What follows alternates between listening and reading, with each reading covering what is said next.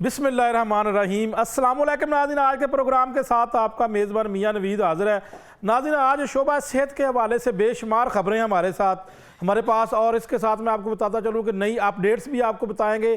शोबा सेहत के बारे में जो वज़ीर-ए-आला पंजाब की जानिब से DHQ पाकपतन का दौरा किया गया, इस मामले के ऊपर भी डिस्कस करेंगे, इस मामले के ऊपर भी गुफ्तगू करेंगे। उसके साथ साथ पाकिस्तान का डॉक्टर्स को रेगुलेट करने वाला दायरा PMDC, इसके ऊपर भी बात करेंगे। इस वक्त PMDC की क्या सूरत है, वहाँ पर भी कुछ मामला सामने आए हैं, उसके ऊपर भी बात करेंगे। और साथ एक और बड़ा फैसला आ चुका है कि सरकारी अस्पतालों में अब डॉक्टर जो है वो इसके ऊपर मोबाइल पर जो है वो इस्तेमाल पर पाबंदी होगी। ये किस तरह नोटिफिकेशन आया, कैसे आया, इसके ऊपर भी बात करेंगे।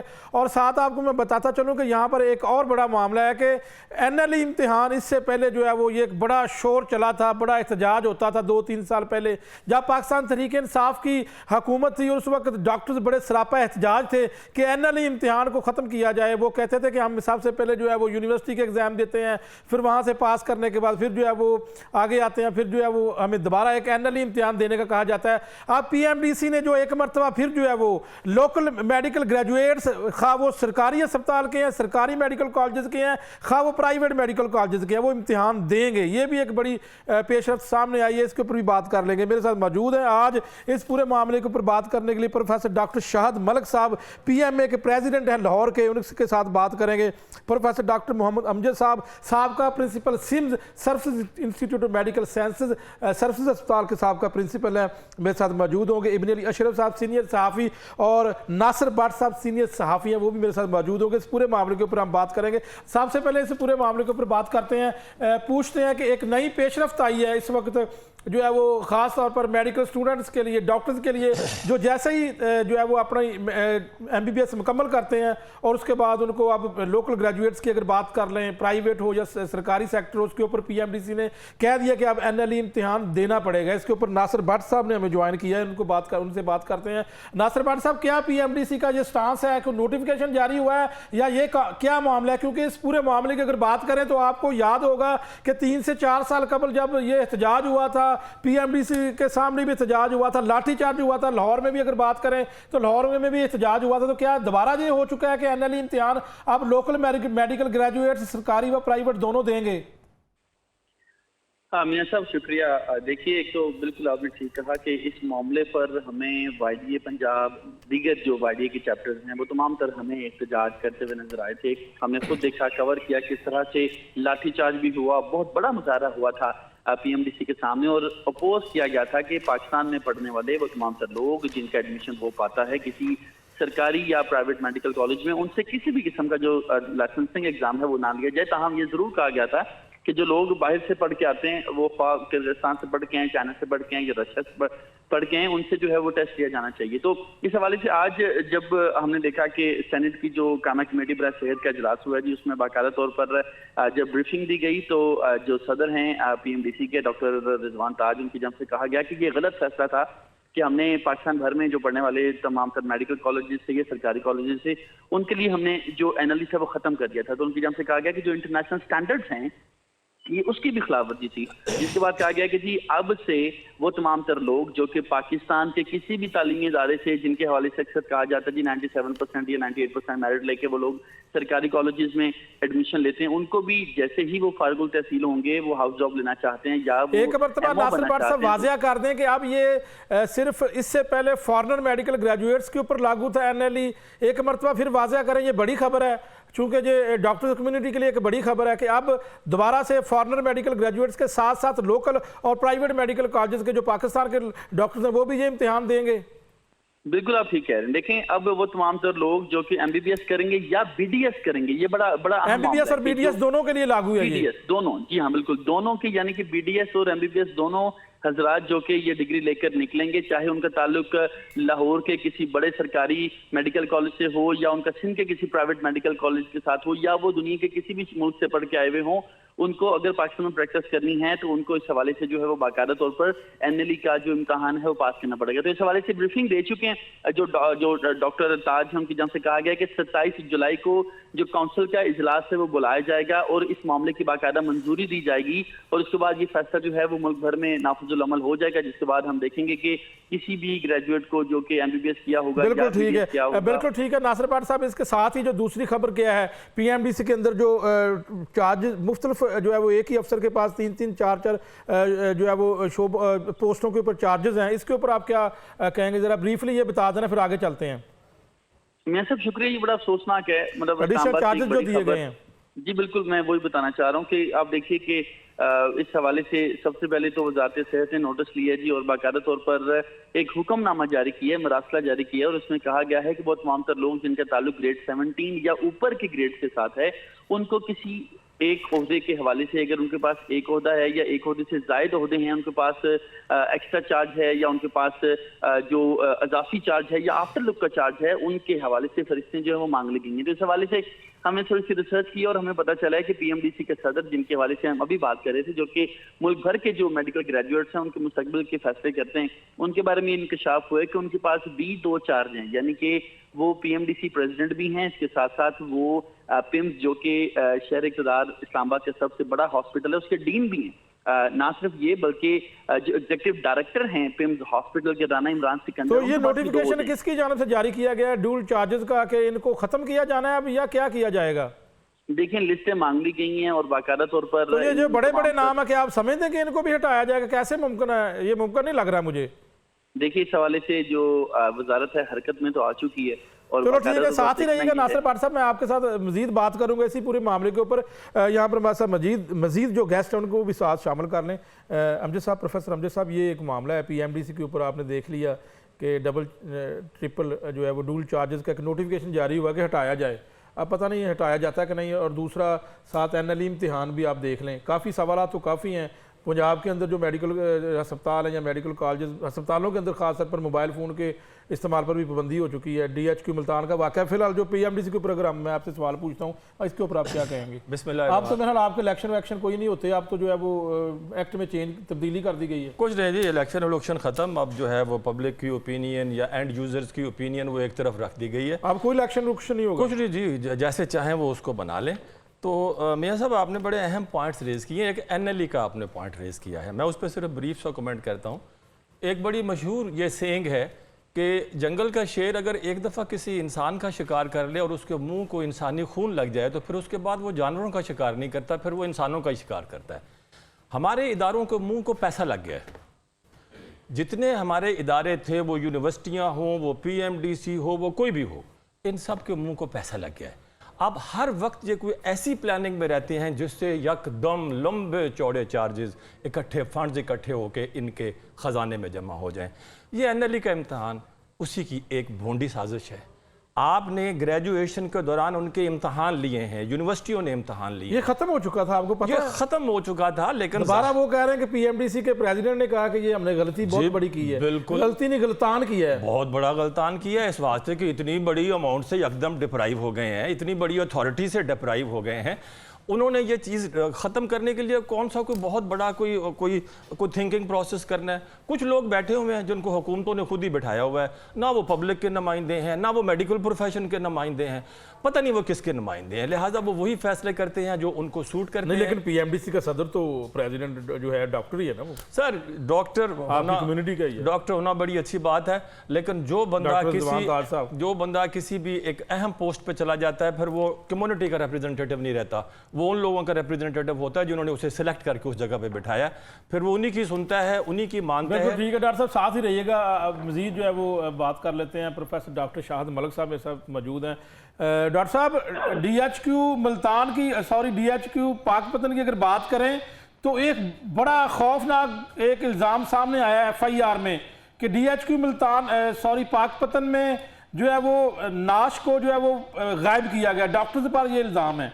तो ये कितना ख़तरनाक जो है वो ये बात है कि जो है अब डेड बॉडी को जो है वो डॉक्टर्स जो है वो उसको जो है वो गायब करना शुरू कर दिया।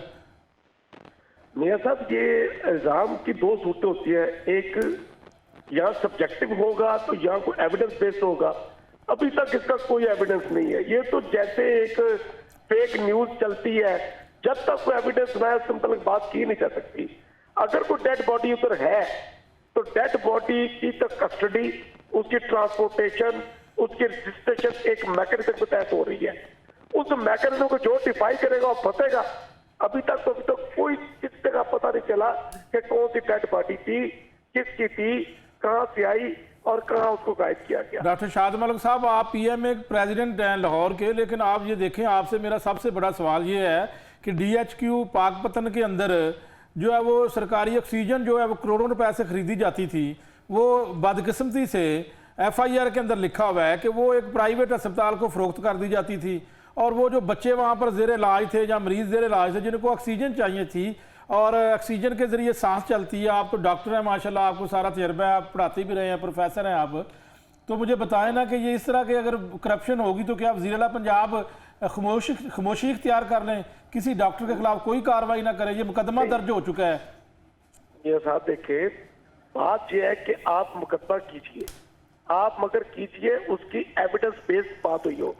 मीडिया स्टंट बनाने और जाके उसको मीडिया के अंदर किसी कम्युनिटी को जलील करना नहीं, इस मरतबा तो वज़ीर आला पंजाब ने कोई अपना क्लिप जारी नहीं किया, ना उन्होंने जो है वो किसी को हथकड़ी, यानी कि उन्होंने लफ्ज इस्तेमाल ही नहीं किया कि हथकड़ी लगाएं। वो तो जो है वो पुलिस को उन्होंने हवाले कर दिया, जी ये पुलिस का काम, चोरी हुई है तो आप पकड़े ना हम। मेरे कहने का मियां साहब, ये एक regulatory bodies, multiple regulatory bodies है, और वहां पर गए हैं तो एक चोजन कैमरामैन लेके जाना, वहां पे ये चीज उसको फ्लैश करनी। मैं आपसे डिटेक्ट भी कर रहा हूँ, ये खबर फ्लैश भी हुई है, हर जगह को बताई दी गई है। अगर कोई इल्जाम है किसी के ऊपर, बॉडीज बनी हुई है, उनके अंदर उसको पकड़ाए, एंटी करप्शन में भेजे उसको। ये मीडिया ट्रायल करना एक मीडिया ठीक है, जी बिल्कुल साथ रहिएगा। इब्न अली अशरफ साहब, ये बताएं कि ये ऑक्सीजन सिलेंडर वहाँ पे चोरी होते रहे हैं, और एक तो मेरा ये सवाल है कि ये करोड़ों की करप्शन है, मुझे 1 करोड़ नहीं, 2 करोड़ नहीं, करोड़ों की कहा जा रहा है, तो ये वाकई ऑक्सीजन सिलेंडर अस्पतालों से चोरी होते हैं? मियां साहब बहुत शुक्रिया, आपने हमेशा की तरह एक अहम और नाजुक इशू पे बात। अच्छा, ये मैं आपको बात, आपको भी पता ही है कि वो सिलेंडर खाली आता था, अभी तक जो है ना परचेज खाली किया जाता था, ऑक्सीजन उसमें नहीं होती थी। बिल्कुल ऐसे ही है। देखें, 2 चीज़ें हैं इसमें। सबसे पहले जो है वो वहाँ पर वज़ीर आला ने दौरा किया और नोटिस लेके जो है वो इन MS को और CEO साहब को गिरफ्तार करवा लिया, ओके फाइन। उसके बाद मुझे ये बताइए, PMU के डायरेक्टर को क्यों नहीं गिरफ्तार कराया? जो प्रोजेक्ट मैनेजमेंट यूनिट के PD हैं उनको गिरफ्तार क्यों नहीं करवाया? क्यों? वो लाहौर में बैठे हैं, उनका क्या, वो क्या ऑक्सीजन उन्होंने चोरी की है? जी, परचेज उन्होंने की है। परचेज देखें, परचेज उन्होंने की है, जब PMU के जिम्मे है वो चीज परचेज करके DHQ THQ तक पहुंचाना, तो फिर इस बात की इंश्योरिटी क्यों नहीं है कि वहां पर जो है वो PMU के चंद बंदे लगा दिए जाए जो वहां पर देखें। PMU का काम तो ये है कि उन्होंने सेंट्रल प्रोक्योरमेंट कर दी, अब फिजिकल जो चीज है वो वहां पे स्टॉक उसका जाना है, तो PMU के अफसर वहां पर जाएं, चले जाएं, DHQ चले जाएं। क्या इशू क्या है, क्या मसला क्या है? तनख्वाह नहीं लेते, गवर्नमेंट का मुलाजिम नहीं है। ये CEO और MS, CEO तो खैर एक बात की बात है, जो हॉस्पिटल के मेडिकल सुपरिटेंडेंट, उनकी जिम्मेदारी थी कि वो इस चीज को देखें कि ये कहां जा रही है। नंबर 1, मैं ये सिर्फ बात करना चाह रहा हूं कि एक बहुत बड़ा महकमा जिसका नाम PMU है, उसके बाद secretariat primary and secondary health है, उसके बाद जो है वो हमारी secretary health Nadia Saqib itself जो है वो पिछले 20 से 22 दिनों में मरियम नवाज के आने से पहले वहां पर दौरों पर जा रही थी, तमाम अस्पतालों में देख रही थी। ऑक्सीजन किसी भी अस्पताल में सबसे की चीज है, यानी कि वो बुनियादी चोरी हो सकती है कि नहीं? हो सकती है, बिल्कुल हो सकती है, क्यों नहीं हो सकती। यहाँ पे आप पाकपतन की बात कर रहे हैं, लाहौर के कई ऐसे अस्पताल हैं जहां पर जो है वो स्टोर कीपर, जो ऑक्सीजन के स्टोर कीपर हैं, वो मिली भगत के साथ काम करते हैं, लेकिन इस कदर जो है वो नेग्लिजेंसी और इस कदर जो है वो आप कोताही को यकीनन जो है वो इसको कैफरे किरदार तक उन लोगों को पहुंचाना चाहिए जो इसमें मुलविस हैं। लेकिन मेरा सवाल फिर वही है मियां साहब कि यहाँ पर एक बहुत बड़ा इदारा है जिसके पास करोड़ों अरबों रुपए की प्रोक्योरमेंट का बजट है, वो बजट इनको परचेज करते हैं, परचेज करके वो मुतल्लिका अस्पतालों में पहुंचाते हैं, और वहां पर अस्पतालों में अपनी टीमें क्यों नहीं भेज सकते? सिर्फ 2 बंदे जाके ये चेक कर लें कि ऑक्सीजन जिस पर पूरा अस्पताल चलना है, आने वाले हर मरीज ने जो है वो उस पर सांस लेना है, उसकी मौजूदगी को वो इंश्योर कर लें। अच्छा, बिल्कुल, चलो ठीक है, ये तो आप कहते हैं जी प्रोक्योरमेंट उन्होंने की है PMU, और उनको जो है वो पकड़ा जाना चाहिए। ताहम इससे बड़ा एक नाज़िर बहुत बड़ा ये बड़े मामलात हैं। आज सेहत के हवाले से एक ब्रेक ले लें और ब्रेक के बाद दोबारा आते हैं और इसके ऊपर गुफ्तगू करते हैं।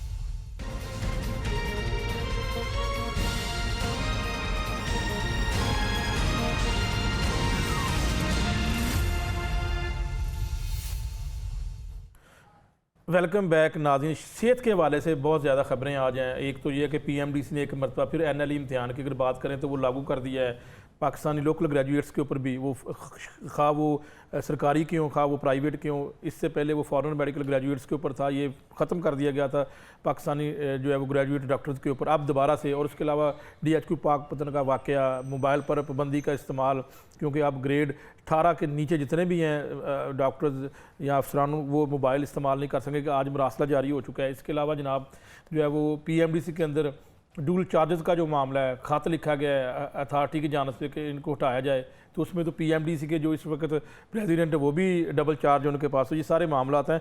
इब्न अली अशरफ साहब, आपकी तरफ दोबारा शुरू करूँगा, शॉर्टली बताइएगा क्या DHQ पाकपतन के वाक़या के ऊपर CO हेल्थ और MS को गिरफ़्तार करना जो है वो बनता था? आप समझते हैं कि ये बिल्कुल ठीक हुआ मामला? मियाँ साहब, हमेशा गिरफ्तारियां की गई हैं वज़ीर आला साहिबा की जानिब से, कभी किसी को ऑन रिकॉर्ड ऐसे अस्पताल में शाबाश भी दी गई है? नहीं दी गई। अच्छा, होता क्या है अब ये कोताहियां, मैं सिर्फ ये कह रहा हूँ कि उस वक्त मौका पर मौजूद जितने भी लोगों ने शिकायत की, वहाँ पे एक काउंसलर साहब मौजूद थे, वो कह रहे थे अंदर से पैनाडोल नहीं मिल रही। अच्छा, पैनाडोल डिस्प्रीन नहीं मिल रही, पैनाडोल नहीं मिल रही, तो ये सरकारी अस्पतालों में ये अद्वियात डिस्प्रीन और पैनाडोल नहीं हुआ करती हैं, ठीक है जी। इसका खैर कहने का मतलब उनका ये था कि बहुत बुनियादी अद्वियात भी वहाँ पे दस्तयाब नहीं है। तो मुझे सिर्फ मेरा वही जो ब्रेक जाने से पहले मैं आपसे बात कर रहा था, ये मेरी बात सुने, अगर उनके नीचे करप्शन हो रही है तो गिरफ्तार क्यों नहीं होना चाहिए? मुझे बता दें। गिरफ्तारी हल है मियां साहब, मुझे ये बताएं, अब जो यहाँ पर अब जो इस वक्त मौजूदा MS और जो CO लगे हैं वो इस फजा में काम करने की अहलियत रखते हैं? मुझे आज एक बात बताएं, नहीं, आपको किसी अस्पताल का हेड लगा दिया जाए और आपके नीचे करप्शन हो और आप उसके ऊपर आपकी बनती नहीं है कि आप जिम्मेदार नहीं है? अच्छा, करप्शन हो, बिल्कुल ठीक है, उनको कैफरे किरदार तक पहुंचाने के लिए महकमे मौजूद हैं। गिरफ्तारी कौन सा स्टंट है जो आप मौके पे जाके कर रहे हैं? उनको गिरफ्तार करवा के जो है वो आप पूरे नहीं देखे, इससे पहले हेड ऑफ डिपार्टमेंट पकड़ लेता कि चोरी हो रही है, कुछ ना कुछ हो रहा है, वो पकड़ लेता। अब वज़ीर आला साहिबा आई हैं तो सारा कुछ पता चला है। मियां साहब, मैं यही अर्ज कर रहा हूं कि वज़ीर आला साहिबा के पास ये इस्तेहकाक है कि उन्होंने मौके पे हथकड़ियां लगवाई, उनको जो है वो पुलिस के डालों नहीं, ये बात तो आप मानते हैं कि मुख्तलिफ MS साहिबान जो होते जरूर लगते हैं लेकिन उनको पता नहीं होता नीचे क्या हो रहा है? ये बहुत बड़ी आपने बात की है। बेसिकली तो अस्पताल चलाए स्टोर कीपर रहे होते हैं, चाहे वो बड़े शहरों के मेट्रोपॉलिटन सिटीज के हॉस्पिटल्स हों, चाहे वो DHQ THQs हों, ये स्टोर कीपर ही तमाम अस्पताल चला रहे होते हैं। मुझे ये बताएं कि वो स्टोर कीपर क्यों नहीं गिरफ्तार किया गया जिसकी ऑक्सीजन पे ड्यूटी थी? वो स्टोर कीपर क्यों इस वक्त जो है वो, मैं कहता हूं कि उसको फांसी पे लटका देना चाहिए। शायद वो भी गिरफ्तार किया गया होगा। बिल्कुल, वो FIR में नाम है, उसका FIR में नाम है, गिरफ्तार कर लिया गया होगा। मैं ये बता रहा हूं कि 3 FIR की गई हैं। अब एक FIR का मतन पता क्या है? मुझे देखे ना, पुलिस की रिवायती जो इसमें बेइज्जती है, एक FIR का मतन ये है कि MS और CO साहब ने 7,000 रुपए और एक घड़ी जो है वो एक बंदे की निकाल ली है, उस पर जो है वो एक FIR चोरी की भी दे दी गई है। मुझे ये बताएं कि जो असल कसूर है, जो कसूरवार है, उनको गिरफ्तार करें, लेकिन इस तरह की भौंडी हरकतें ना करें। बिल्कुल, तारीख में आपको साथ ही रहेगा। अमजद साहब, मेरी इसके ऊपर आपसे ही सवाल है कि आप खुद जो है वो प्रिंसिपल सर्विसेज अस्पताल रहे हैं सिम्स के, और खुदा न खास अगर आपको जो है जब आप वहाँ पे प्रिंसिपल थे और ऐसा वाक़या हो जाता, अगर आपको गिरफ्तारी के आर्डर दे दिए जाते तो फिर आप इसके ऊपर आपको दिल तो बुरा होना ही था। अब आप क्या कहेंगे इस मामले के ऊपर? मियां साहब, अस्पतालों के हालात ऐसे हैं कि डॉक्टर मोहम्मद अमजद ने अपनी रिटायरमेंट से 4 महीने पहले प्रिंसिपलशिप की सीट सरेंडर कर दी थी। उसने कहा था कि मैंने मजीद 4 महीने प्रिंसिपलशिप नहीं करनी, चूंकि अब ये करने वाला काम नहीं रहा। आपको उस वक्त पता लग गया था कि ये ऐसे होने जा रहा है? मुझे पता था कि नीचे मैं इतनी कमजोर गाड़ी के ऊपर, ड्राइविंग सीट के ऊपर बैठा हूं जिसका कोई पुर्जा सलामत नहीं है। वाकई नीचे आपको पता करप्शन है? जनाब अली, करप्शन जो है अस्पतालों के अंदर सरायत की हुई है, लेकिन उन करप्ट लोगों को सरपरस्ती आला हुकाम की हासिल है। आला हुकाम उस अस्पताल ये कैसे, मुझे समझ नहीं आ रही। मुझे डॉक्टर साहब ये बता दें। मियां साहब, माजी आला काम को कैसे? मियां साहब, माजी के अंदर ये नोन आप सर्विसेज अस्पताल के अरशद भट्ट की बात कर लें, जब आपके दौर में वो था, क्या उसको सेक्रेटरी हेल्थ की पुष्ट बनाई? जनाब, मैं सेक्रेटरी का तो नाम नहीं लेता। जिस उस जमाने के अंदर जब बुजदार साहब CM थे, ये एक नॉन नेकेड फैक्ट था कि CM हाउस के अंदर बैठा हुआ एक सीनियर सेक्रेटरी पूरे पंजाब की करप्ट माफिया को सरपरस्ती दे रहा है और उनसे अपने हिस्से वसूल कर रहा है। दवाइयां पहुंचाने वाले जितने होते थे ठेकेदार, वो MS को क्या जानते थे, वो प्रिंसिपल को क्या जानते थे? वो सीधा उसको रिपोर्ट करते थे। जिसको जरा तकलीफ होती थी उसको फोन आता था कि वो तो रहना कि नहीं रहना है, इंसान का बच्चा बन एंड बिहेव। जनाब अली, ये सारे करप्शन की जो सिरे हैं वो बड़े लोगों तक पहुंचते हैं, उन बड़े लोगों को पूछा नहीं जाता। ये MS और बनने का शौक अव्वल तो मेरा ख्याल अब खत्म नहीं हो गया। एक डॉक्टर साहब, आपसे एक और बड़ा इंपॉर्टेंट सवाल है कि अब मुझे कुछ जो है वो डॉक्टर्स से बात हुई है जो इंतज़ामिया में काम कर रहे हैं और जो करते रहे हैं पहले, तो वो कहते हैं कि YDA क्यों खामोश है। अब YDA कहते हैं जी कि जब हम निकलते थे तो हमें जो है वो यही लोग मिलके महकमे सेहत के साथ और हुकूमत के साथ जनाब हमारे खिलाफ जो है वो हमें टर्मिनेट करते थे, शोकस नोटिस जारी करते थे। अब हम क्यों निकले? अब ये क्यों इंतज़ामिया अस्पतालों की प्रिंसिपल साहबान क्यों जो है वो डिमांड कर रहे हैं कि YDA निकलो बाहर? बता दें। नहीं, मेरे ख्याल किसी ने डिमांड नहीं किया कि YDA निकले बाहर। ये एक फैक्ट है, किसी ने कोई ऐसी रिक्वेस्ट या इस तरह की नहीं की, इसलिए कि एक अरसे से सीनियर्स और जूनियर्स के दरमियान एक गैप पैदा हो गया है। पिछले 20 साल से पंजाब में सिर्फ 2 फरीक हैं, एक हुकूमत है, दूसरी YDA, इसके अलावा कोई फरीक नहीं है। डॉक्टर भी तो नहीं, उनकी कोई वक़्त ही नहीं है, उनसे कोई पूछता ही नहीं है, उनसे कोई मुशावरत नहीं है। यहाँ 40-40 दिन की स्ट्राइक होती है तो किसी सीनियर प्रोफेसर के साथ कभी मुशावरत नहीं होती। अगर डायलॉग होता था तो वो YDA और हुकूमत के दरमियान ही होता था। इसलिए यहाँ का जितना अपनी तंजीम बनाई थी और खत्म जनाब अली, वो सारी जो तंजीमें हैं अब ये खत्म हो चुकी है। वो ब्यूरोक्रेसी सवाल ये था कि ये निकल नहीं सके, इनकी जो है उतनी सख्त नहीं रही या फिर जो डर गए ये YDA या क्या था मामला? मेरा ख्याल है कि इस हुकूमत ने आके जिस तरह से मामलात को हैंडल किया है, और ख़ास तौर पे पिछले दिनों ये इंडिया पाकिस्तान की जंग से पहले जो मामलात हुए हैं, उस वक़्त गवर्नमेंट ने जिस तरह से एग्रेसिवली तंजीमों को जो है दबाया है, उसका असर पड़ा है, जिसके नतीजे में मेरे ख्याल YDA इस वक्त अपनी सफ़ों को ज़रा दोबारा देख रही है कि क्या उसके अंदर कमी हो गई है, क्या उसमें इजाफा हो। तो इसलिए ये कहना कि वो इसलिए नहीं आई कि उसे सीनियर्स के साथ हमदर्दी कोई नहीं है, ये मैं उससे एग्री नहीं करता। मेरा ख्याल उनकी अपनी पॉलिसी आप समझते हैं कि YDA भी अब ख़त्म हो चुकी है? नहीं, ख़त्म नहीं हो चुकी, उनके अपने मामले पर जब जद पड़ेगी वो पूरी ताकत के साथ ही रहिएगा। नासिर भट्ट साहब, ये बताइएगा कि PMDC के ऊपर जो आप मरासले की बात कर रहे हैं, इस मरासले के बाद तो बड़े बड़े नाम सामने आ चुके हैं, एक बड़ी डिटेल तफसील है, बड़े बड़े नाम है, तो क्या वाकया ये कार्रवाई होगी अब? देखिए, कोशिश तो की गई है वजारत सेहत की जानिब से कि ऐसे तमाम तर इदारे जो कि ये सिर्फ PMDC के अंदर जो है वो अफसरान है, उसके अलावा भी महकमा सेहत जो है वफाक का है उसके मुलाजमीन भी हैं ये अफसरान? बिल्कुल, इसमें वो तमाम तर हॉस्पिटल जो कि रिपोर्ट करते हैं जी वजारत सेहत को, उनका भी शामिल होगा। ग्रेड 17 से अबव जितने भी लोग होंगे जो डॉक्टर्स होंगे या एडमिनिस्ट्रेशन में होंगे, उनको डुअल चार्ज छोड़ना पड़ेगा। इसमें कुछ ऐसे लोग भी शामिल हैं जिनके पास 3-3, 4-4 चार्जेस भी शामिल हैं। जैसे मैंने सदर PMDC की बात की है, PMDC की जो रजिस्ट्रार हैं डॉक्टर शास्ता, उनके पास भी ये इजाफी चार्ज है, यानी बुनियादी तौर पर उनकी जो पोजीशन है वो डायरेक्टर मेडिकल एजुकेशन की है, लेकिन PMDC रजिस्ट्रार का जो चार्ज है जिनके पास एक्स्ट्रा है।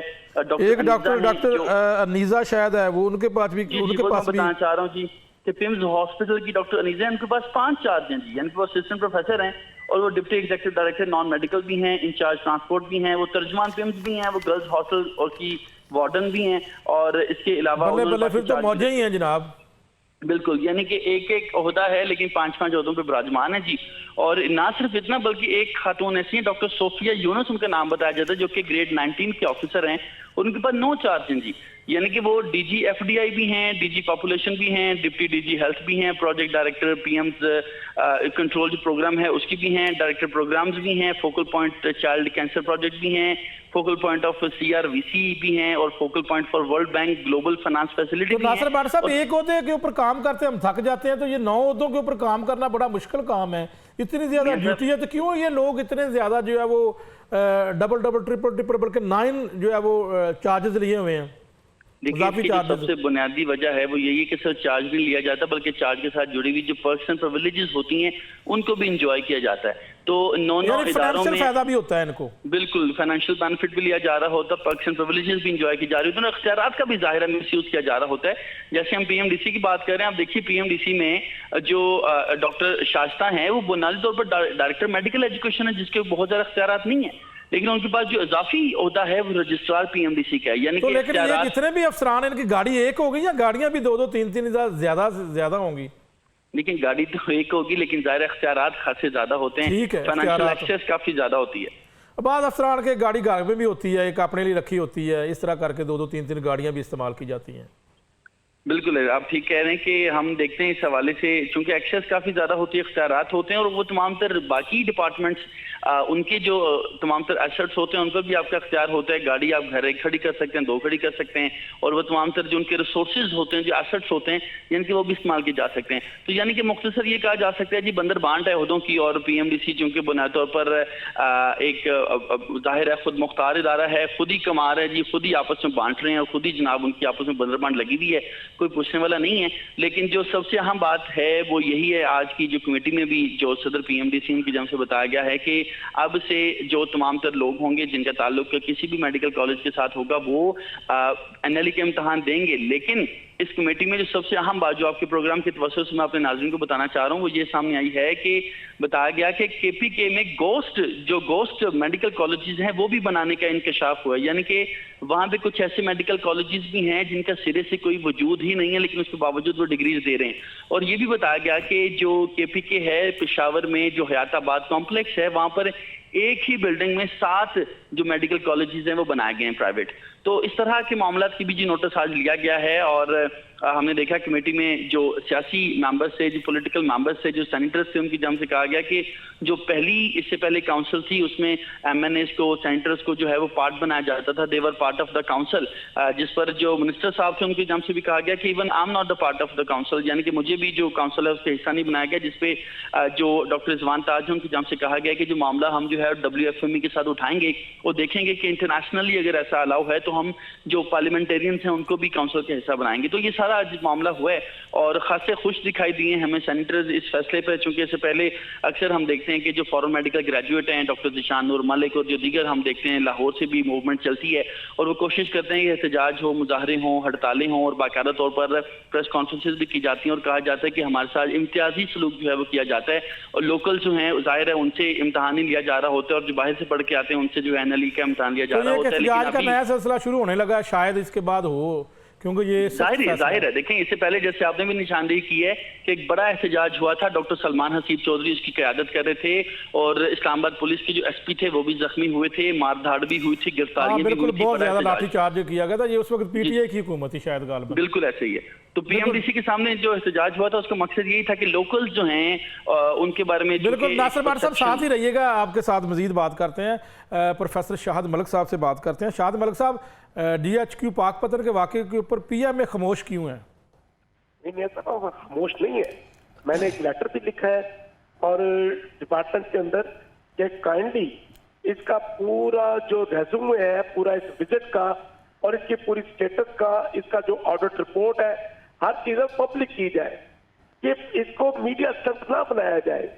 ये महकमा असल में मीडिया स्टंट बना रहा है। अब मैं आपसे एक बात करता हूँ, secretary primary secondary health care उधर CM कमिश्नर के साथ खड़ी थी।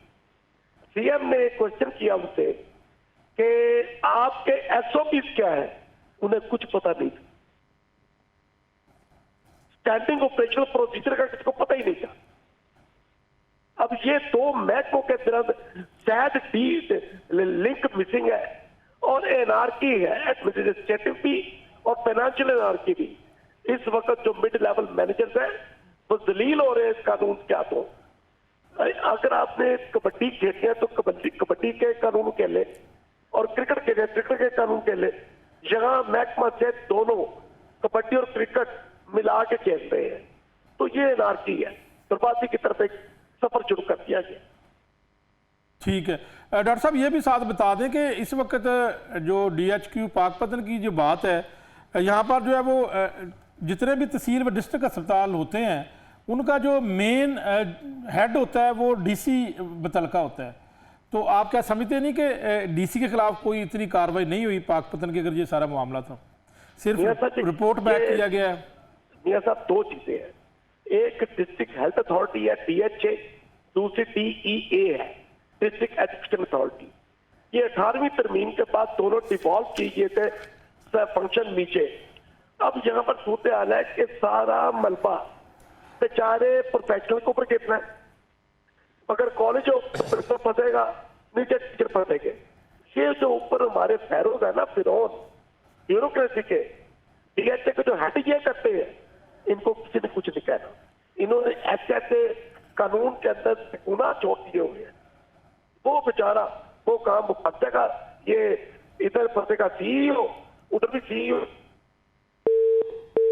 लाइन कट गई है जी, दोबारा रब्ता करेंगे। इब्न अली अशरफ साहब ये बताएं कि पीएमडीसी के अंदर जो डबल डबल ट्रिपल ट्रिपल 2-2 3-3 बल्कि 9 अहदे भी हैं, पीएमडीसी के अलावा बाकी भी अगर बात करें फेडरल का अस्पताल वहाँ पर, तो ये आप समझते कि ये इनको हटाया जाना चाहिए या इनके पास डबल ट्रिपल इस तरह के जो है वो होने चाहिए?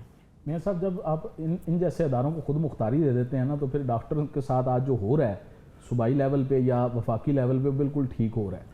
इस पे जब एक टाइम होता था कि बाकायदा इलेक्शन होता था, डॉक्टर्स का नुमाइंदा एक जाता था, एक जो है अब तो एक्ट चेंज हो गया ना, वो एक्ट तब्दील कर मैं वही बात कर रहा हूँ, जब इलेक्शन होता था तब कुछ हालत जो है वो as compare to this time कुछ बेहतर हुआ करती थी। जब एक्ट उन्होंने चेंज करके बिल्कुल इलेक्शन को ख़त्म कर दिया, अब जो है वो गिने चुने लोग वहाँ बैठे हैं, कायम मुकाम सेटअप ही साल से नहीं, वो चलता जा रहा इलेक्शन है। वाला जो उस वक्त का जो मामला था, इलेक्शन के ज़रिए जब बॉडी इलेक्ट होती थी, वो ठीक था या ये ठीक था मामला? मेरा ख्याल है कि इलेक्शन वाला मामला कुछ ठीक था। कुछ ऐसे लोग, डॉक्टर अमजद साहब जैसे, डॉक्टर जो हमारे सदर साहब हैं पीएमए के, शायद मलिक साहब जैसे लोग जब बॉडी में चले जाया करते थे, तो वो इन चीज़ों पर कहीं ना कहीं जो है वो उंगली उठाते थे। मैं आपको एक मिसाल दूंगा, मुझे 2 मिनट अता कीजिएगा।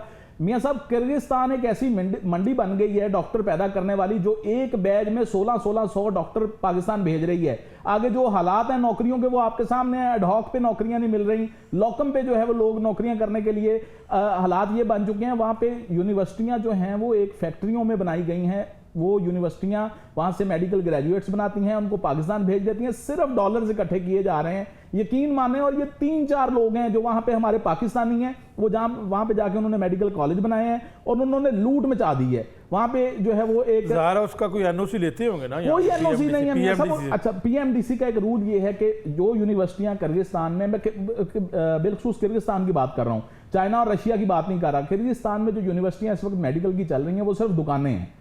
मैं आपको गारंटी देता हूं, आप इस वक्त प्रोग्राम में बैठिए, कॉल कीजिए, मैं आपको एक एजेंट का नंबर देता हूं, उसे आप कहें कि यार मैंने MBBS के 9वें सेमेस्टर में दाखिला लेना है, मैं कितने पैसे दे दूं? वो $2500 आपसे लेगा, $3000 लेगा, आपको MBBS के 9वें सेमेस्टर में दाखिला दे देगा।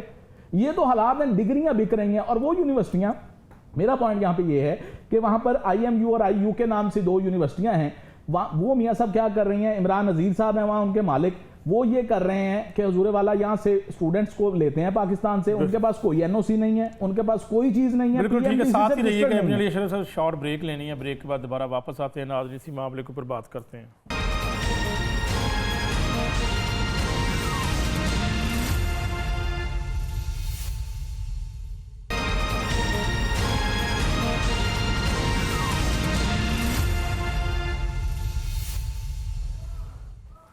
वेलकम बैक नाज़रीन। प्रोफेसर मोहम्मद अमजद साहब वैसे मौजूद हैं, साबका प्रिंसिपल सिम्स और साबका vice chancellor Rawalpindi medical college university.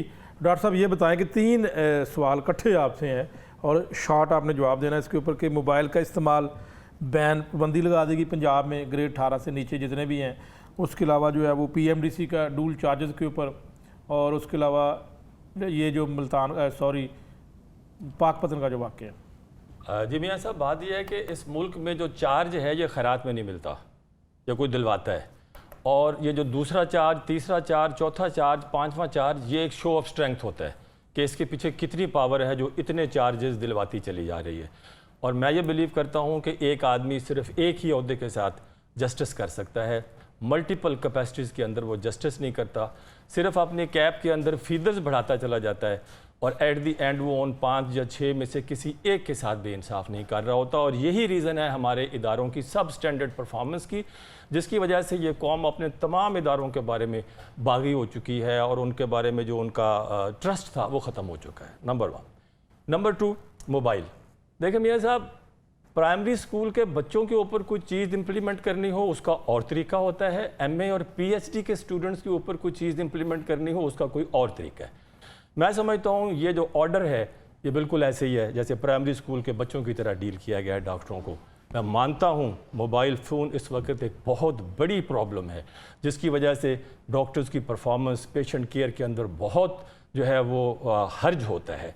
इसको चेक करने की ज़रूरत है, लेकिन ये नोटिफिकेशनों से नहीं होती। इस मुल्क के अंदर हज़ारों नोटिफिकेशन पड़े हुए हैं, यहाँ चोरी भी मना है, यहाँ झूठ भी मना है, यहाँ हर चीज़ मना है, लेकिन हर चीज़ यहाँ पे प्रैक्टिस हो रही है।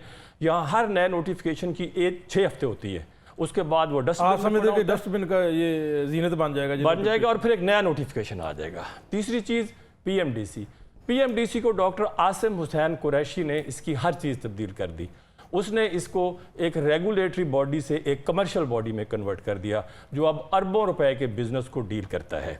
इसके तमाम एक्ट्स, इसके तमाम रूल्स चेंज कर दिए गए। और इन लोगों को, पीएमडीसी वालों को, यूनिवर्सिटियों को एक बात समझ नहीं आती पाकिस्तान में कि यहाँ मेडिकल के 3 कम्युनिटीज़ हैं। एक वो कम्युनिटी है जो पब्लिक सेक्टर इदारों से निकली है, मसलन किंग एडवर्ड से निकली। एक वो कम्युनिटी है जो प्राइवेट मेडिकल कॉलेजेस से निकली है, मसलन मीरपुर ख़ास के मेडिकल कॉलेजेस से या लाहौर के किसी से। और तीसरी कम्युनिटी वो है जो Kirghizia, Russia, China, Afghanistan, you name any country, उन सब से होके आई है। ये तीनों कम्युनिटीज़ अलग अलग हैं। यहाँ पे हो रहा है, इन सब को एक ही डंडे के साथ हाँकने की कोशिश की जा रही है, जिसका नतीजा ये है कि तमाम रूल्स जो हैं वो बनाए जा रहे हैं, वो फॉरेन ग्रेजुएट्स को और उनको सामने रख के, और यहाँ का जो मेन स्ट्रेंथ है पब्लिक सेक्टर का ग्रेजुएट, वो बिल्कुल उसके अंदर फारग हो गया है। और मियां साहब, मैं आपको बता रहा हूँ 90% पब्लिक सेक्टर के ग्रेजुएट अब इस मुल्क के अंदर अपने कैरियर को कंटिन्यू करने में इंटरेस्टेड नहीं है। They are all going abroad. और इस तरह की खबरें कि हथकड़ियाँ लग रही हैं, जेलों में जा रहे हैं, रीजन कुड बी एनी। उन बच्चों को कुछ नहीं पता कि इस पीछे कौन कसूरवार है। उसे इतना पता है अब डॉक्टरी का मतलब जलालत है, और वो जलील होने के लिए तैयार नहीं है। इंटरनेशनल मार्केट में आज भी उसकी इतनी प्राइस है कि वो यहाँ का सब कुछ छोड़ कर जाए तो उसे बड़ा अच्छा कैरियर मिल जाता है। इब्न अली अशरफ साहब, क्या खौफ पैदा हुआ है इस वक्त ये जो वाक़या हुआ है DHQ पाकपत्र का? मियां साहब, खौफ की हालत तो ये है कि बहुत सारे vice chancellor, principles, MS, senior doctors, उनमें खौफ है। मैं आपको गारंटी देता हूँ YDA का डॉक्टर या तंजीमों का डॉक्टर जो है वो जेल में भी भुगत लेगा, वो हथकड़ियाँ भी लगवा लेगा, लेकिन जब बारी आएगी हमारे सीनियर डॉक्टर्स की, VCs की, प्रिंसिपल्स की, अगर आई तो ये लोग ये बर्दाश्त नहीं कर सकेंगे। डॉक्टर अमजद साहब ने बड़ी खूबसूरत बात की कि पाकिस्तान का जो लाइक डॉक्टर है वो पाकिस्तान से बाहर जा रहा है, और जो PMDC की नाकिस पॉलिसियों की वजह से जो नालायक डॉक्टर हैं वो पाकिस्तान में आ रहे हैं। तो आप शोबा सेहत की हालत पहले भी आप मुझसे बेहतर और अच्छी तरह देख रहे हैं, और उसके बाद आने वाले दिनों में जो इसका हाल होगा वो भी आप जो है वो बहुत अच्छी तरह उसको मॉनिटर कर सकते हैं। ज़रूरत इस वक्त इस समर की है कि यहाँ पर पॉलिसियाँ लॉन्ग लास्टिंग बनाई जाएँ, ऐसी ना बनाएं जब मोबाइल पे आपने पाबंदी लगानी है लगा दें। इमरजेंसी, इब्तदाई तौर पर इमरजेंसी में काम करने वाले डॉक्टर पे मोबाइल की पाबंदी लगा दें, बात खत्म। एक हल है ना इसका, उसको आप टेस्ट ट्रायल करके देख लें, इसके बाद जो है वो आप वार्ड्स में या पूरे अस्पताल में पाबंदी लगा दीजिएगा। ऐसे नहीं होता कि आप एक नोटिफिकेशन जारी करते हैं, आप इन पे जो है वो डंडे के जोर से इंप्लीमेंटेशन कराने की कोशिश करते हैं, सब कुछ बर्बाद कर बैठेंगे आप देखें इस वक्त जो पाकिस्तान का हेल्थ का निज़ाम है वो तरक्की याफ्ता मुल्कों का नहीं है। एक जो है वो तरक्की पजीर ममालिक में लोगों को फ़ोन पे रब्ता करना पड़ता है, डॉक्टर से पूछना पड़ता है, डॉक्टर साहब आप अपनी सीट पे मौजूद हैं। डॉक्टर को MS, प्रिंसिपल या इंतजामी ओहदे के लोग राइट लेफ्ट भेज सकते हैं, उन पर कॉल से बात कर सकते हैं। एमरजेंसी इस वक्त टेस्ट ड्राइव के तौर पे, टेस्टिंग के तौर पे डॉक्टर अमजद साहब एमरजेंसी में जो है वो पाबंदी लगा के देख लें, अगर कामयाब हुई तो बाकी हॉस्पिटल में भी लगा दें। वैसे इस पाबंदी से प्रोफेसर तो खुश होंगे, उन्हें जो अटेंडेंस की ऐप लगाई गई थी उस पर अमल खत्म हो जाएगा। जी बिल्कुल नहीं, लेकिन वो प्रोफेसर ग्रेड 18 से नीचे तक का, ये ऊपर वाले 19 से 20 वाले तो उनके ऊपर लागू नहीं है। उनको एग्जाम्प्ट कर दिया गया। हाँ जी बिल्कुल ऐसा ही है, उनको एग्जाम्प्ट कर दिया गया। लेकिन इसका तरीकाकार मियां साहब मैंने आपको बता दिया कि अगर ये जो है वो आप एमरजेंसी से शुरू करते, उसके बाद जो है वो बाकी अस्पताल में लगाते, स्टेप बाय स्टेप चलते, आपको उसका इदराक भी हो जाता कि आया कि कामयाब है या नहीं है। खौफ की आपने बात की, तो डॉक्टरों को हथकड़ियां लगने के बाद डॉक्टर्स में ये बात क्लियर हो चुकी है कि पाकिस्तान में डॉक्टरी का फायदा सिर्फ जलालत है, उसका एंड रिजल्ट सिर्फ जलालत है। आपको हथकड़ी लगेगी और इंतजामी शोबों में आने वाले जितने भी डॉक्टर हैं, देखें आपने सारे वो तजर्बे नाकाम हो गए कि प्रोफेसर प्रिंसिपल्स को जो है वो इंतजामी ओहदों पे लगाया जाए, वो तजर्बे नाकाम। अब जो है दोबारा जो आपने दीगर डॉक्टर लगाए हैं जो इस वक्त काम कर रहे हैं, उनको आप हथकड़ियां लगवा रहे हैं। तो जरूरत यहाँ पे ये है कि किसी एक सेक्रेटरी को, किसी एक ब्यूरोक्रेट को कभी हथकड़ी लगा के देखें, आपको लग समझ जाएगी। आपने तो बड़े नाम ले दिए, किसी SHO को चेक किया गया है, किसी थाने के ऊपर छापा मारा गया है, किसी तहसील पे छापा मारा गया है, किसी तहसीलदार के दफ्तर में छापा मारा गया है, किसी जज के चैम्बर में छापा मारा गया है, किसी बड़े वकील के रिकॉर्ड को जाके चेक किया गया है, जहां पता नहीं क्या से क्या होता है। नहीं, लेकिन यहाँ पर इंसानी जानों का मामला है जनाब, हर जगह इंसानी जानों का मामला है। सिर्फ उनकी खबर नहीं बनती, इनकी खबर बन जाती है। और मैं हरगिज इसकी फेवर में नहीं हूं कि इनको नेग्लेक्ट किया जाए, लेकिन इसकी एक ट्रांसपेरेंट कराएं इंक्वायरी। अगर ये लोग जिम्मेदार हैं तो इनको ना छोड़ा जाए। डॉक्टर अमजद साहब, यही सवाल आपसे है कि खौफ की फ़ज़ा है, कोई लगना नहीं चाहता अब। जी, मैंने तो सर पहले भी कहा था कि इस वक्त एमएस का जॉब ऐसे ही है जैसे मौत के कुएं में मोटरसाइकिल चलाने वाले का जॉब। वो आदमी चढ़ता है और एक क्राउड उसको देख रहा है और फिर वो घी घी करके उसमें चक्कर लगाता है और कुछ देर के बाद उसको नीचे बुला लिया जाता है और एक नया बंदा उस कुएं का उतार दिया जाता है। जनाब, आपको सिस्टम को एड्रेस करना चाहिए। वहाँ पे इस वक्त जो भी देखें, अस्पतालों की बिजली बिल्कुल आखिरी स्टेजेस पे चल रही है, अस्पतालों की गैस की सप्लाईज बिल्कुल आखिरी स्टेजेस पे चल रही है, अस्पतालों की ऑक्सीजन की सप्लाईज बिल्कुल आखिरी स्टेज के ऊपर चल रही है, अस्पतालों की सफाई, लाहौर के अस्पताल जन्नत नज़ीर होते थे, आज आप किसी बड़े टीचिंग अस्पताल के अंदर चले जाएं, दिन के 10 बजे गंदगी फैली हुई है उनकी सीढ़ियों में, उनके बरामदों में। प्रोफेसरों ने अपने दफ्तरों के अंदर सफाई के लिए अलग मुलाजम रखे हुए हैं। सेंट्रल एयर कंडीशनिंग मैकेनिज्म बड़े बड़े टावर्स का नहीं चल रहा, मैं आप किसी का नाम नहीं लेता। लोगों ने जहां बहुत ज़्यादा ज़रूरी है वहां पे इस वक्त स्प्लिट एसी लगाए हुए हैं और करोड़ों और अरबों रुपए के जो HVAC सिस्टम है वो धरे के धरे खड़े हैं। महीना गर्मी का इस वक्त मिड से भी आगे जा चुका है, तो जहन्नम में जाए वो कूलिंग सिस्टम जो गर्मियों में भी ना चले। लोगों ने उसको चाटना है, उससे मिलना क्या है? बंद चेंबर्स के अंदर मरीज बंद हैं, बंद चेंबर्स के अंदर स्टूडेंट्स बंद हैं। वो मैडम इन चीज़ों की तरफ तवज्जो करे ना, इनके बारे में किसी न्यूट्रल इदारे से इंफॉर्मेशन ले। अगर आपने इंफॉर्मेशन हेल्थ डिपार्टमेंट से लेनी है तो 100% ठीक चल रहा है महकमा। जी इब्न अली साहब, आपसे सवाल है कि जो है वो PMDC के ऊपर बात करेंगे, अगर रेगुलेट करने के लिए इलेक्शन के जरिए इलेक्शन करवा के बॉडी आनी चाहिए या इस तरह जो एक एक्ट में तब्दीली करके उन्होंने बॉडी लगाई है? मैं सर कंपैरिजन कर लेते हैं हम एक चीज़ का, चलें छोड़ें मेरी राय या आपकी राय, इसको हम कतई नज़र इससे कंपैरिजन कर लेते हैं। कंपैरिजन ये था कि जब इलेक्टेड बॉडियां यहाँ पे आया करती थीं तो PMDC के हालात कुछ बेहतर थे, वो PMC भी बना, तब भी जो है हालात जब इलेक्टेड बॉडी थी तो बेहतर थे। जब इस एक्ट को चेंज किया गया, जब इसको ऑटोनोमस किया गया, तो मियाँ साहब पैसे तो इन्होंने खूब कमाए, पैसे तो इन्होंने बड़े बनाए। उसके बाद जिसका आपने जिक्र भी किया, नासिर भट्ट साहब ने भी कहा कि 9 ओहदे एक ही बंदा रख के बैठा है और कंपिटेंसी है ही नहीं पूरे इस्लामाबाद पिंडी में, पूरे PMDC में, पूरे मेडिकल जो है वो शोबे में, तो ऐसा बंदा मौजूद नहीं है जो वो 8 ओहदे मजीद ले सके, तो एक ही बंदे को ओहदे दे दिए जाते हैं। तो ये ऑटोनोमस बॉडियों के ये गलतियां हैं, ये कोताहियां हैं, इनको जो है वो ऐसा नहीं होना चाहिए। इन पे एक चेक ऐसा होना चाहिए कि कोई सीनियर डॉक्टर, कोई अवाम का नुमाइंदा इसमें मौजूद हो जो कि ना सिर्फ इनकी इन गलतियों और कोताहियों पर नजर रख सके। कहने का मतलब ये है, सम अप ये है कि इलेक्टेड बॉडी जो होती है वो जवाबदेह होती है कहीं ना कहीं, अगर नहीं तो 1 साल बाद चेंज कर दी जाएगी। आप रिजवान ताज साहब प्रेसिडेंट हैं इस वक्त PMDC के, मियाँ साहब कब से चले आ रहे हैं और जो वो है वो एक सिर्फ उस ऑर्डर पे चले आ रहे हैं कि भी इनको कायम मुकाम बनाया गया था, अब वो उनको चेंज करने का दिल ही नहीं कर रहा किसी का। इसमें जो है वो सबसे बड़ी मैं समझता हूं बात कर देते हैं मिनिस्ट्री की, जो इस वक्त मुस्तफा कमाल साहब हैं, मुख्तार भरत साहब हैं जो कि वजीर मुमलिकत हैं इस वक्त सेहत के वफाक में। तो मैं ये कहना चाहता हूं कि इतनी बड़ी मिनिस्ट्री है वफाक में मौजूद है, तो वो इस पर एक्शन क्यों नहीं लेते, वो इस पर क्यों नहीं बैठते? यानी कि उनको PMDC के ऑफिस में आना पड़ता है, इतनी ऑटोनोमस बॉडी इतनी पावरफुल हो गई है कि वो मिनिस्ट्री नहीं जा सकते। तो हालात आपको इसको यकसर तब्दील करने की जरूरत है, इलेक्टेड बॉडियां कम से कम किसी ना किसी को जवाब दे। बिल्कुल जी, डॉक्टर अमजद साहब क्या कहेंगे? मैं इस पर सिर्फ ये कहूँगा कि अरबों रुपए कमाने वाले इदारों जिनमें PMDC शामिल है, उनका अमलन ये हाल है कि इनका एंड यूज़र इनको पैसे भर के अपने किसी सर्टिफिकेट के लिए लिखता है और हफ्तों उसका जवाब नहीं मिलता, और पैसे जमा कराने के बावजूद उसको वक्त के ऊपर ये चीज़ें नहीं दी जाती, जिससे आप अंदाज़ा लगाएं कितनी डिससेटिस्फेक्शन होगी इसके बारे में। बिल्कुल ठीक है जी, यही एक मामला सामने आया कि इस वक्त जो है वो सूरत हाल आपके सामने है कि NLE इम्तिहान जो है वो दोबारा से लागू हो चुका है लोकल मेडिकल ग्रेजुएट्स के ऊपर, सरकारी या प्राइवेट हों। और मोबाइल फ़ोन की अगर बात करें तो ग्रेड 18 के जो सरकारी अस्पतालों के अफसरान हैं उससे नीचे जो जितने भी उनके ऊपर मोबाइल फ़ोन का इस्तेमाल पर पाबंदी होगी। ये एक पेशरफ्त आई है सामने। और एक बड़ा जो है वो अफसोसनाक बात तो ये है कि इस वक्त DHQ मुल्तान का जो वाक़या पेश आया, वहाँ पर जिस तरह जो है वो गिरफ्तारियाँ हुई MS की और CO हेल्थ की, और उसके बाद इस वक्त कम्युनिटी में, डॉक्टर्स कम्युनिटी में फ़िज़ा की खौफ है और कोई इस मामले के ऊपर जो है वो अब कई मरतबा बात होती है तो अब लोग कतराते हैं कि वो कहीं MS लगे या CO हेल्थ लगे। तो ये एक जो है वो बड़ा वाक़या भी है। ताहम अगर करप्शन कहीं भी होती है तो इसके ऊपर भी यही बात है कि करप्शन अगर की गई है तो फिर कार्रवाई तो बनती है। नाज़रीन, इजाज़त चाहता हूँ, इंशाल्लाह कल फिर हाज़िर होऊंगा, तब तक के लिए अल्लाह हाफ़िज़।